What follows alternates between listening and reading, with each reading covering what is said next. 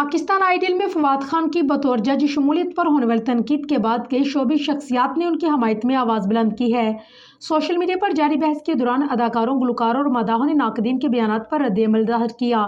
तफसीलात के मुताबिक ये तनाज़ुर उस वक्त शुरू हुआ जब गुलकारा हुमैरा अरशद ने फवाद खान की मौसीकी के शोबे में महारत पर सवाल उठाया। कहा कि जजेस के इंतखाब सिर्फ शोहरत या स्पॉन्सरशिप की बुनियाद पर नहीं होना चाहिए। उनके इस बयान पर मुख्तलिफ फनकारों का रद्द-ए-अमल सामने आ गया। अदाकारा दुरेफिशान सलीम ने इंस्टाग्राम स्टोरी पर फवाद खान की हमायत करते हुए कहा है कि तनकीद ज़रूर करें मगर कौमी सितारों के खिलाफ इस हद तक मनफी रवैया रखना शर्मनाक है। अदाकारा नुमैर खान ने भी एक्स साबिक ट्विटर पर कहा है कि पाकिस्तान को अपनी कामयाबी लोग का जश्न मनाना चाहिए, ना कि उन्हें नीचा दिखाएं। फवाद खान एक लेजेंड है, उन्हें किसी को कुछ साबित करने की ज़रूरत नहीं। गुलकार और अदाकार हारून शाहिद ने इस तनाज़े को अहमकाना बहस करार देते हुए कहा है कि फवाद और बिलाल मकसूद दोनों ने मौसीकी में अपनी काबिलियत पहले ही साबित कर दी थी। ये बहस वाकई तवानाई का ज़रिया है।